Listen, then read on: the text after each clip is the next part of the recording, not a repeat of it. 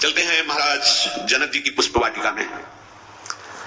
जैसे हमारे निकुंज में सुंदर फूलों से श्रृंगारित सिंहासन पर प्राणाराध्य युगल सरकार अनशन पर भुज दिए विलोकत इंदु बदन विभिओर करत पान रस मत परस्पर लोचन प्रसिद्ध चकोर। आज ऐसे सियाजू के नेत्रों में जब रामजू के नेत्र मिले, प्रथम मिलन है, चंद्र चकोर की भांति, चकोरी जैसे चंद्रमा के रूप का पान करती है ऐसे सियाजू के नेत्र, और चकोर ऐसे लालजू के नेत्र सियाजू के मुख चंद्र की अद्भुत शोभा का पान कर रहे हैं। सी शोभा ही बरनी प्रभु आपनी दशा विचारी, बोले सुचि मन अनुज सन बचन समय अनुहारी। सियाजू के श्रीमुख चंद्र की शोभा को देख करके प्रभु की दशा बदल गई। प्रभु की दशा बदल गई। ये प्रेमी जन जानते हैं कि अब प्रभु किस दशा में है। मन मन की रुचि जानी नेह विधि अनुसर कहू ते कुछ दुख घटी होई, काहे कहो यह जान न कोई। प्रभु के हृदय की जो दशा है अब रहा नहीं जा रहा, किससे कहें। लखन लाल जी से कहा, लक्ष्मण बहुत प्रेम में डूबे हुए हैं प्रभु, तुम देख रहे हो ये वही जनक नंदनी है जिनके लिए धनुष यज्ञ हो रहा है और अपने लोग धनुष यज्ञ देखने आए हैं। यहाँ गौरी जी का मंदिर है, उनके पूजन के लिए आए हैं।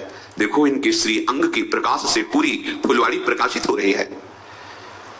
हमने अपने मन को देखा है, मेरा मन कभी किसी रूप पे आसक्त नहीं हुआ, पर इनकी सुंदरता, इनकी शोभा देखकर मेरा मन क्षुब्ध हो रहा है।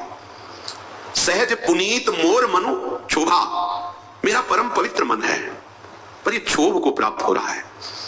प्रेम एक ऐसी महाबल शक्ति है जो भक्त को भी अधीन करती है और भगवान को भी अधीन कर लेते हैं, विवश कर देती। देखो इसीलिए भगवान का एक नाम प्रेमाधीन। प्रभु अपने मन की प्रेम दशा को देखकर कहते हैं कि मेरा परम पवित्र मन है, किसी सुंदरता किसी रूप को देखकर लुभायमान हो जाए असंभव। ऐसा क्यों हो रहा है? लक्ष्मण जी से कह, मेरा मन प्रेम विवश हो रहा है और मुझे शुभ शकुन दिखाई दे रहे, दाहिने अंग हमारे फड़क रहे।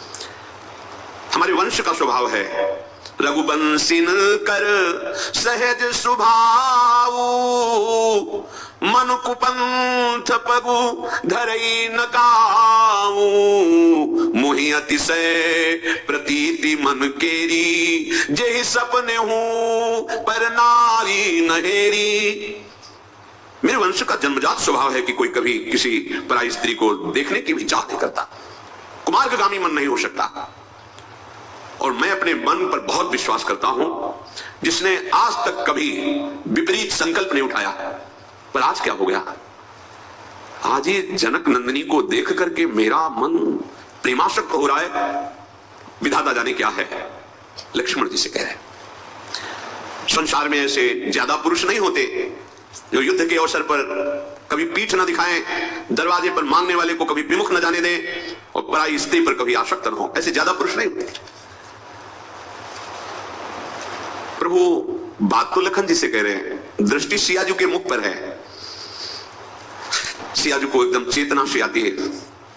सखियां कह रहे कि गौरी पूजन करके शीघ्र चलना है। फिर एकदम चेतना सी जागृत होती है, बार बार चंचल ने, कहां गए वो राजकुमार?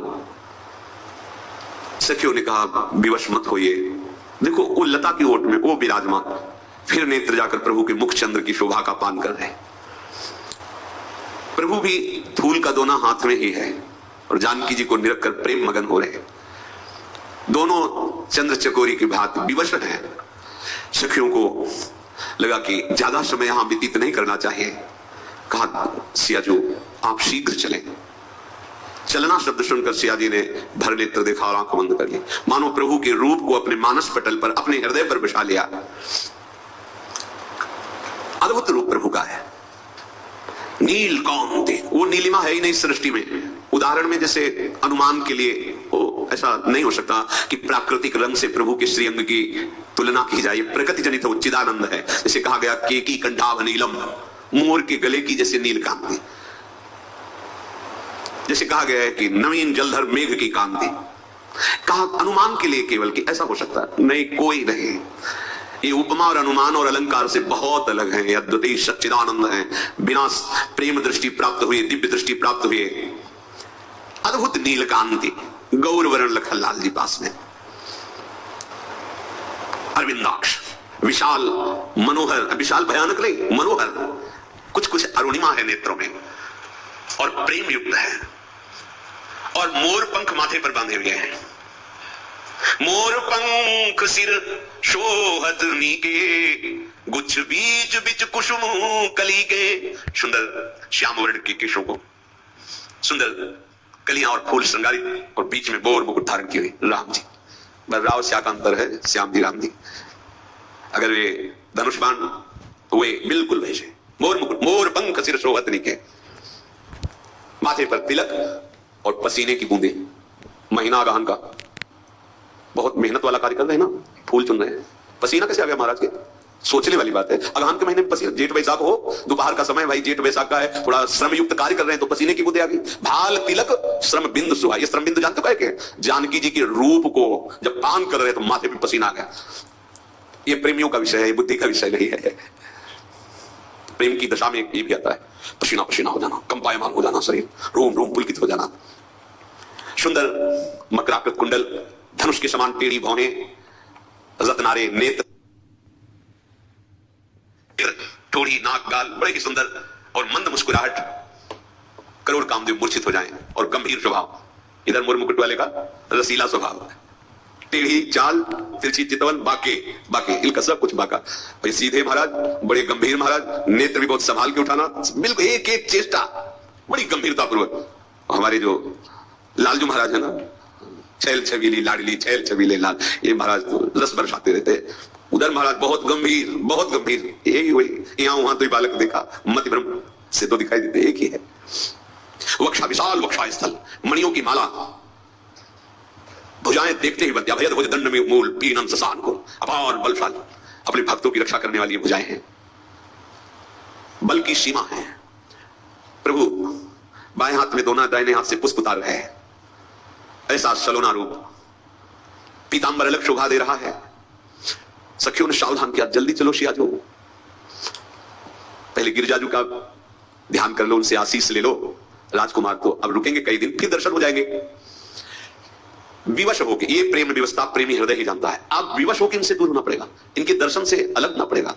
सखियां संभाल करके शियाजी को, इधर प्रभु का भी मन प्रेम विवश हो रहा है।